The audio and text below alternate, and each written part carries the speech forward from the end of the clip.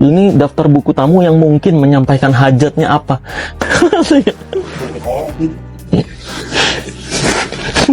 Foto Pak, foto tamu semua. Oh, Yang ziarah di Keraton Gunung Karing. ini bagian dari syarat juga, Pak?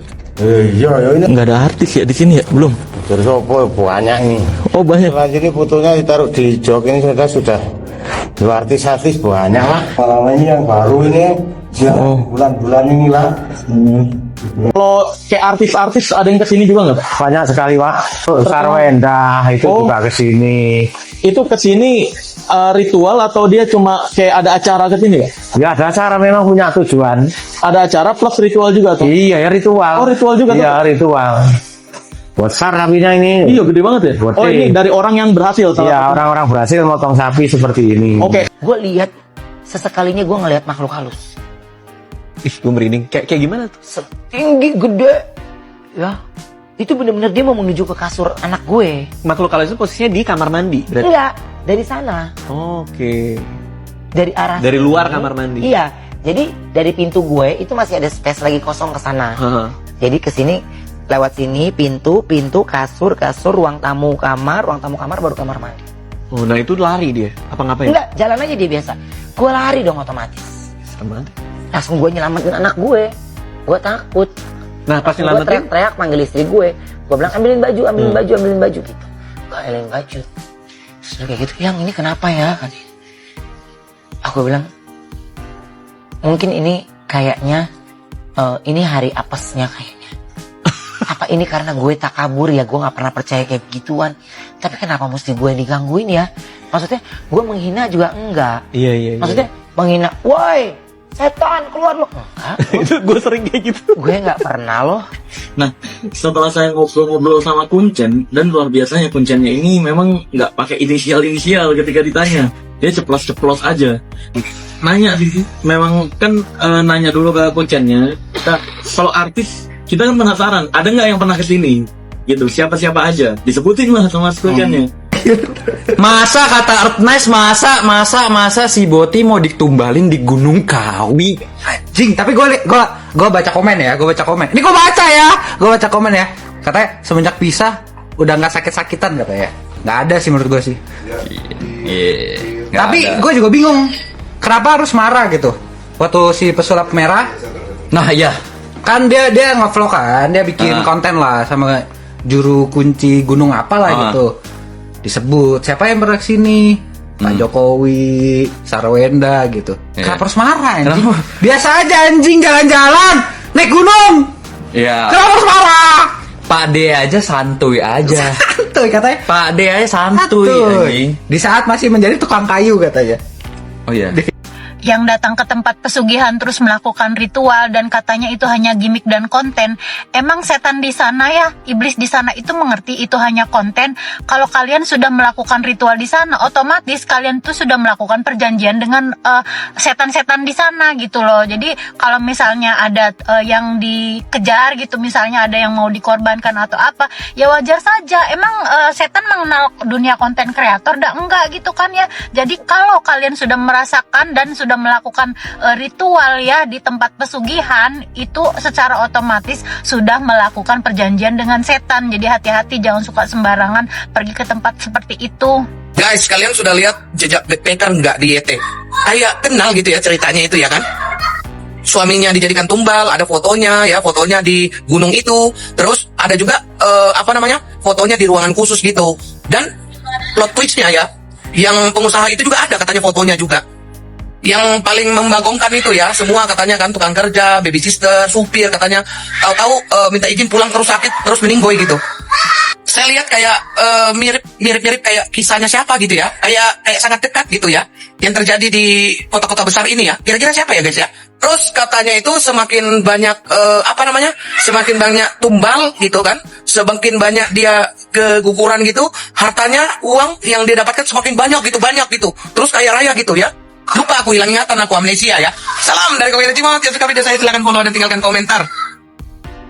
Pesugihan yang dilakukan sekarang jarang lagi daur ulang atau jarang dipertajam. Bawa dupa lu, bawa sesajen lu, bawa kepala-kepala bebong-bebongnya itu, segera lakukan lagi biar lu tidak jatuh-jatuh banget ya. Oh ya, jangan lupa CEO juga udah kena tuh, bagus, pesugihan. Ya Allah, sampai segitunya loh, sampai segitunya nurut ke dia, sampai segitunya jeger. Dan sekarang karena kamu nggak melakukan retouch, nggak melakukan pengulangan, marah lah itu di sana sekarang kan. Ayo cepat buruan, ntar gue jagain nih Gunung Kawi. Nah, aku lihat ada foto laki-laki artis juga Di mana? di situ, di tempat sajennya.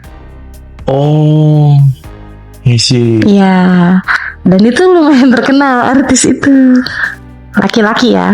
Nah, di tempat sajen lain pun ternyata ada foto artis juga, terkenal juga tapi cewek. Banyak juga berarti ya? Banyak. Aku baru tahu tuh di situ. Ya. Cuman kan apa yang aku lihat di situ udah dikunci di otak aja gitu. Maksudnya kata dia nggak usah cerita kemana-mana ya. Aku udah percaya sama kamu, dia bilang. Ya udah, oke. Aku ngeliat. Tapi yang aku lihat di tempat sajennya dia ada satu foto laki-laki artis juga. Tapi dia lebih terkenal. Lebih terkenal. Aku mikirnya gini, apa dia mau ngedeketin laki-laki ini biar dongkrak nama gitu kan? Karena kan namanya dunia entertain itu nggak ada semua yang real, semua tipu-tipu. Di rumah dia ada ruang khusus yang memang kayak untuk bakar dupa, ada sesajen, terus rumah tuh udah keliling bau-bau dupa. Jadi dia keliling rumah gitu buat iniin asap-asapnya. Aku pikir kan cara sembahyangnya dia sama, soalnya aku mau diem aja, mungkin kali sembahyang gitu kan. Kata aku, Mbak emang harus kayak gini terus ya? Iya, biar job lancar. Betul. Beberapa tahun kemudian dia nikah sama laki-laki yang ada di foto di tempat sesajennya. Iya. Dan itu artis ada nama, udah terkenal lah. Cuman yang aku curiga itu dia setiap hamil, kan udah 2 kali nih keguguran nih. Dia hamil. Kalau hamil itu dia bawa sajen tuh ke kamar, ya kan? Terus dupanya itu ditiupin ke perutnya dia, ke perut dia gitu. Terus aku kan ngeliat, kataku kok gini ya gitu. Baru kejadian itu nggak lama, selang seminggu keguguran. Padahal udah besar itu, hamil udah 4 bulanan.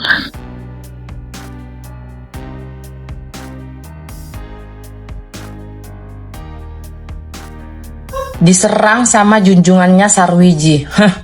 Kalian pikir aku akan down, kena mental, berhenti ngonten gitu? Lambat lagi. Daripada kau nyerang-nyerang, lebih baik kau kasih tahu junjunganmu itu, ya, yang sudah dibawa ke sana ke sini, yang sudah dibawa ke hulu ke hili, ke kiri ke kanan, nggak dibeli-beliin rumah.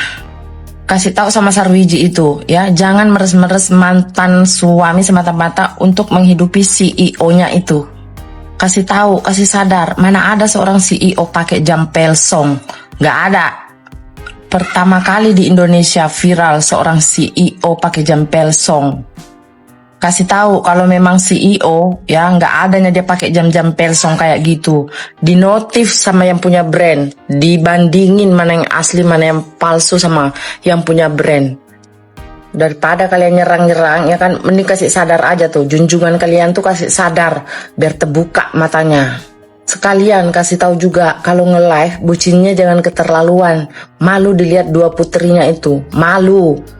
Jangan cuma ngomong menjaga mental anak, tapi kelakuan, ya, perilakunya sama sekali tidak mencontohkan untuk menjaga mental anaknya. Kasih sadar dia dari mimpinya itu, udah kelamaan kali dia tidurnya, terlalu miring sudah. Kalau masih nggak sadar-sadar dia, ambil air, siram. Aduh, aku lihat-lihat tuh banyak di aplikasi sebelah sekarang itu lagi pada heboh yang ngebicaraan si Tim SAR, ya kan. Ada salam tuh dari teman kau. Dapat salam dari teman kau, dari teman zaman kuliah dulu. Salam katanya, ya kan. Masih ingat gue enggak katanya. Orang yang selalu kau pinjam ijazahnya untuk kau kasih lihat orang tua kau. Padahal kau di sana itu tuh ya niatnya kuliah nih dari Indonesia ini. Tapi ke sana tuh kumpul kebo kau katanya sama orang Jepang. Oh Tuhan, mabora juga kau di sana. Cukup nakal juga kau ya. Iya kan? Pernah ditelanjangin juga kau di klub-klub. Aduh. Tapi ini sih berbanding 1000 ini sih menurut aku yang kau tampakkan di sini itu di Indonesia ini tuh kalem, lugu, kayak orang-orang nggak punya dosa gitu, ya kan? Tahu-taunya nggak jauh beda kau sama orang-orang itu pemain-pemain kakek Sugiono itu. Pantasan aura-aura kau dulu ya waktu di grup itu ya kayak gimana gitu, aura hantu gitu kan. Iya, kuat banget itu aura kakek Sugiono. Jawab itu salam teman kau itu. Lagi rame kau di sana juga, makanya tuh ya mulut etika itu dijaga ya, apalagi kau itu tuh ya dibilang selebritis ya karena mantan suami kau oke lah. Bisa dibilang itu, tapi aku nggak mengakuinya ya karena kau ya nggak punya talent juga untuk dibilang kau adalah seorang artis atau selebritis. Nggak ada, kau kan cuman numpang aja ya kan. Pansos kemarin tuh katanya sih jangankan laki-laki ya kalau nggak berguna dia buang. Gue aja temannya nih setelah nggak berguna dibuang sama si tim SAR lah. Kok bisa gitu? Aduh, lagi ramai kau dibicarakan di sana. Terus di sini kau sok-sok gitu ngata-ngatain mantan suami apalah bikin netizen geram Nah, yang tadinya orang nggak tahu siapa kau di masa lalu pada tahu semuanya. Makin sakit lah kau sakit. Kita cerita lagi sini kini. Dulu kan si Doi itu kan pernah di interview ya, diwawancara sama si Kak Niki. Katanya per bulan kok dikasih berapa? Dikasih sekian ratus juta, dibilangan gitu. Terus dikasih pertanyaan lagi gini gitu. Kok sih? Emang kok ya iyalah kok orang mantannya emang cowok, mantannya emang cewek. Begono. Terus kan gini ditanya lagi sama Kak Niki gitu. Kalau semamanya si janda, semamanya dia itu tuh syuting apa gitu, dia ada penghasilannya itu maksudnya kemana kok gitu. Terus si Doi jawabnya gini gitu, masuk ke kantornya sendiri. Si Doi bikin statement seperti ini. Gue harami segelintir garam itu kalau lu masih sama gue, jangan pernah beli pakai duit gue. Tuh, laki-laki yang lo katain bencong sampai segitunya. CEO yang kata lu pejantan itu, walaupun kontolnya gede itu kata penghormatan Nabi juga gak guna. Orang ganteng kontol gede itu kalau miskin terus kerjaannya itu mengkondo itu kagak guna gitu. Walaupun jelek tapi semamanya ini duitnya gede. Orang-orang pada demen yang gede-gede kayak gitu. Hah? Kadang-kadang nih pengen gue cabein ini si janda gitu. Kagak pernah bersyukur gitu. Kalau semamanya lo emang demennya sama orang-orang kayak gitu ya udah gitu, lo jangan nyenggol-nyenggol gitu, jangan ngerusuin mantan-mantan lo yang aneh-aneh gitu. Ya cukup lo semamanya kebutuhan anak-anak lo aja rembes gitu. Ngerembesnya tuh yang pakai otak sayang, semamanya invoice-nya sekolahan itu dianterin langsung gitu, dipotoin, bukan rincian diketik-ketik gitu. Ini kayak gini. Itu namanya itu tuh data nggak valid gitu sayang. Kalau valid mah seharusnya nih semamanya invoice dari sekolahan kayak gini, terus umamanya invoice dari apa itu, dari les seperti ini kan semuanya ada invoice-nya. Kasih rembes ke bapaknya sayang. Bapaknya bertanggung jawab itu, kerja dari pagi sampai malam sampai sore gitu. Nggak jelas itu jam kerjanya sampai kayak apa, jungkir balik kepala jadi kaki jadi kepala gitu. Dia kagak pernah tuh ngeluh-ngeluh atau yang gimana itu. Dia cuma ngomongnya katanya biayanya udah luar biasa gitu. Nggak pernah jelekin lu sedikit pun. Janda perak. Lu malah katain lu bencong, dasar lo dan anak apa. Udah gitu aja. Dah. Ayah ini sangat-sangat kesian sih menurut Mamski ya.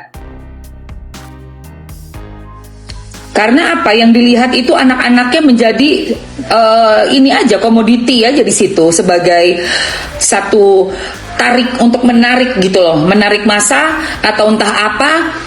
ala-ala makan mie ya menurut gue, dan itu emang nggak pantas sama sekali. Dan ini diposting oleh ayah Ruben ya.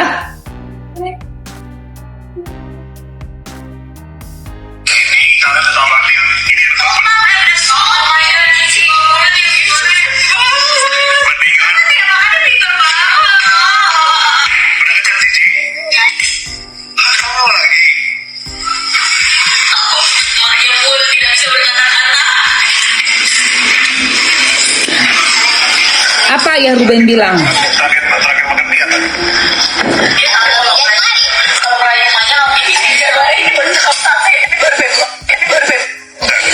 Ya Allah, sampai anak pun dipakai buat ini. Kata ayahnya, ayah kandungnya, wow, Cici sampai izin dulu, lalu adanya percakapan layaknya berumah tangga. Saya di sini hanya menyelamatkan anak saya. Ya, Thalia masih ada ayahnya. Di sini terlihat Thalia sudah beda. Saya sangat mengenal anak saya. Ini bukan dia.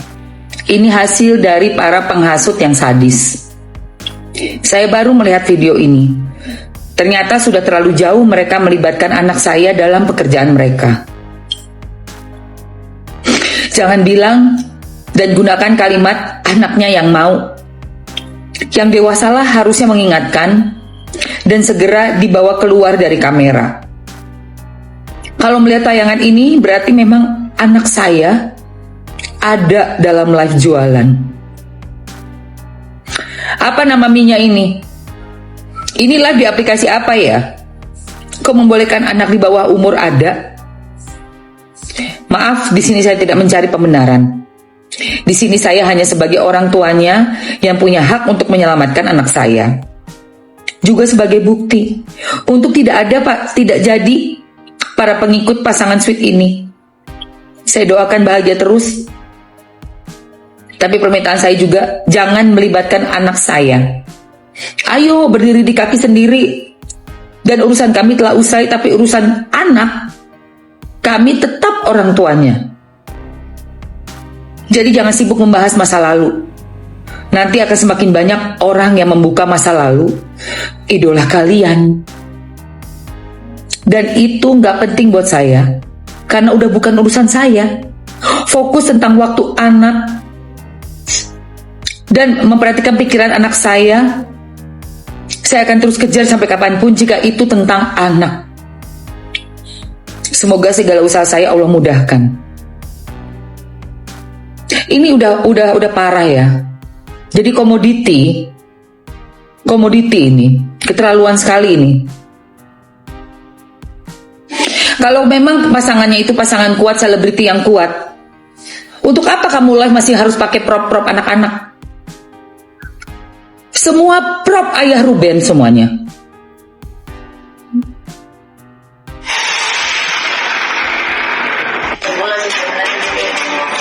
Biasakan kalau misalkan sebelum tidur harus sikat gigi.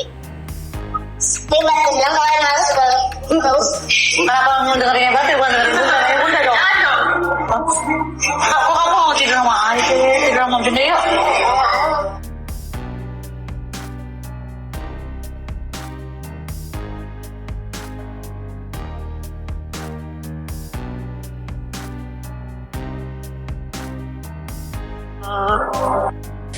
Bukan main SW.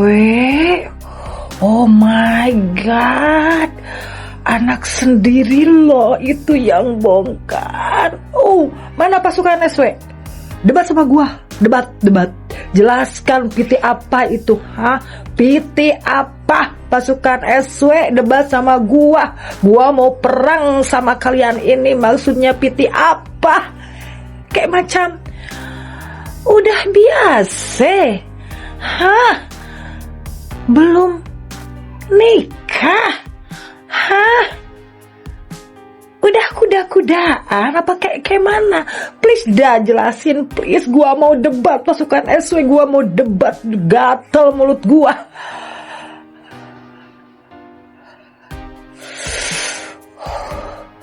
Untung Bensu terselamatkan, untung. Ya itulah.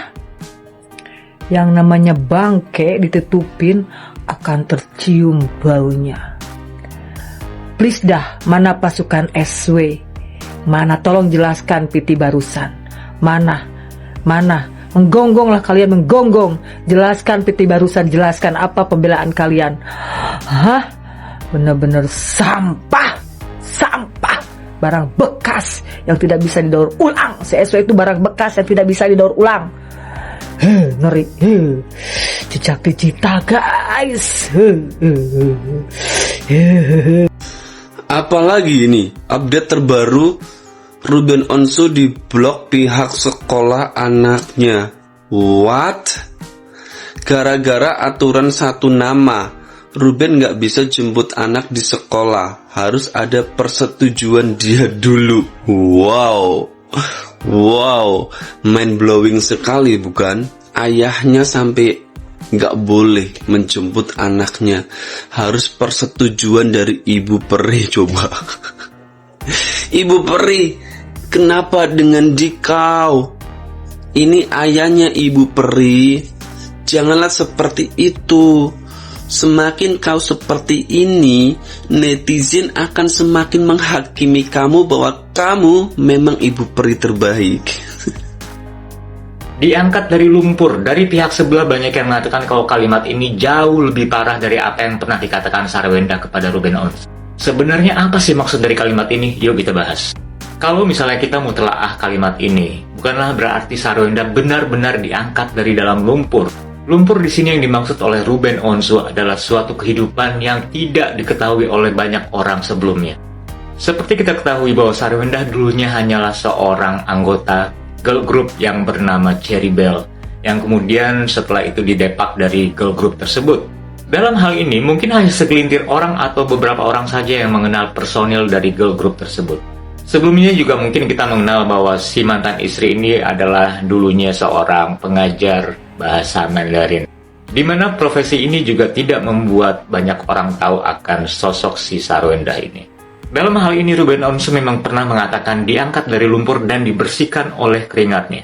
Dan ini benar-benar kalimat yang penuh makna. Dalam artian dulu memang Sarwenda bukan siapa-siapa dan tidak banyak dikenal orang. Kemudian akhirnya ditemukan oleh Ruben Onsu dan kemudian dinikahi.